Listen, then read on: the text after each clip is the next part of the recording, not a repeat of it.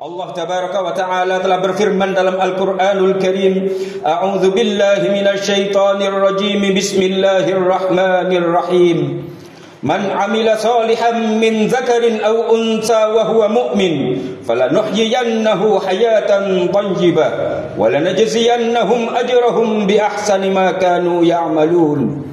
Barang siapa mengerjakan amal soleh, baik lelaki maupun perempuan, sedang ia merupakan orang yang beriman, maka kami akan beri dia kehidupan bahagia dan tentram, dan kami benar-benar akan memberikan balasan pahala bagi mereka dengan balasan yang lebih baik daripada apa yang telah mereka berbuat. Quran Surah An-Nahl ayat 97.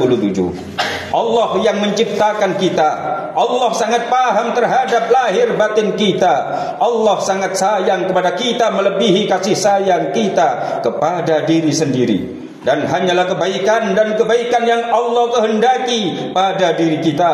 Allah beri kita kewajiban ibadah yang mana tiada lain. Semua ibadah tersebut murni 100% demi kebaikan kita, baik itu berupa kebaikan zahir atau jasad maupun kebaikan batin atau roh kita. Maka dari itu wahai saudara, berusahalah dengan sangat untuk beribadah apapun bentuknya dengan ikhlas, atau minimal setidak-tidaknya berusaha ikhlas.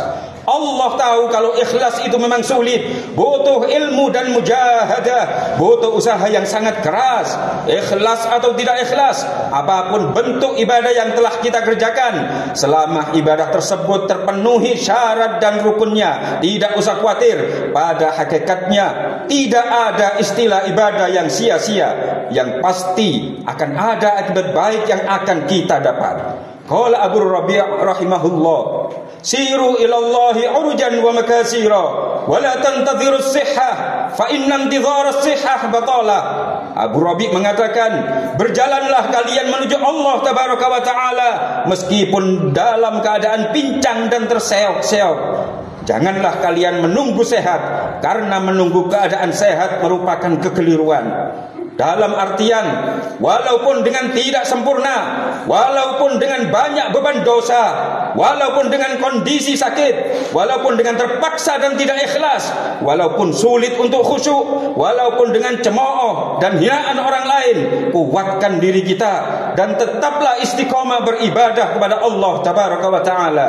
Yang pasti Allah melihat kesungguhan usaha kita.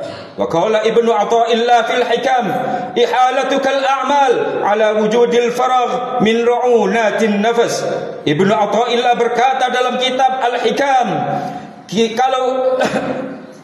kalau kamu mau melakukan ibadah menunggu kondisi yang pas, menunggu kondisi sempurna dan enak, adalah merupakan sebagian daripada ketololan dirimu. Kalau kita nunggu sempurna dulu lalu beribadah, mana mungkin wahai saudaraku. Kita ini manusia, kita ini makhluk. Ketidaksempurnaan, ketidakberdayaan adalah kondisi dan sifat yang wajib bagi kita. Tidak mungkin kita bisa sempurna. Wa qala al-Imam Syafi'i radhiyallahu an, min makayidis syaitan tarkul amal khaufan min ayyakula an-nas innahu lamura'un. Berkata Imam Syafi'i dalam kitab Nasaihul Ibad, merupakan daripada tipu daya setan adalah kamu tidak jadi melaksanakan suatu ibadah karena takut dianggap riya, takut dianggap pamer, takut dianggap tidak ikhlas, takut dianggap sok suci. Saudara-saudaraku, jamaah Jumat yang dirahmati Allah, teruslah ibadah, ibadah dan ibadah wahai saudaraku. Kita melaksanakan perintah Allah tabaraka wa taala, tubuh kita melakukan salat, zahir kita melakukan sujud, diakui atau tidak, itu sudah merupakan keistimewaan tersendiri. Ikhlas atau tidak ikhlas, khusyuk atau tidak khusyuk, tetap kita telah berhasil membuat iblis dan setan menangis wahai saudaraku.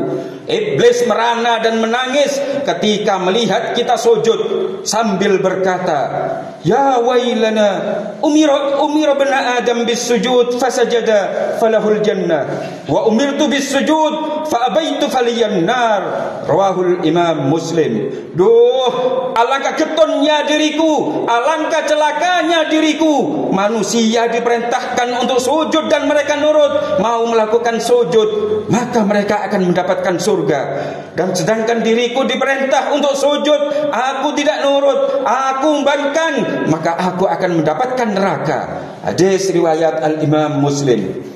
Semakin besar godaan dan halangan kita dalam melakukan ibadah, maka semakin besar manfaat yang akan kita dapat. Sekecil apapun ibadah yang kita lakukan dan kita merupakan orang yang beriman, ketahuilah bahwa Allah tabaraka wa taala berjanji akan membalas kebaikan tersebut. Faman ya'mal minas solihati wa huwa mu'min fala kufrana li sa'yihi innahu wa inna lahu katibun. Yang pada akhirnya mari kita tingkatkan selalu iman dan takwa kita kepada Allah tabaraka wa taala kapanpun dan dimanapun, dengan berusaha keras melaksanakan apa yang telah Allah perintah dan menjauhi apa yang telah Allah larang.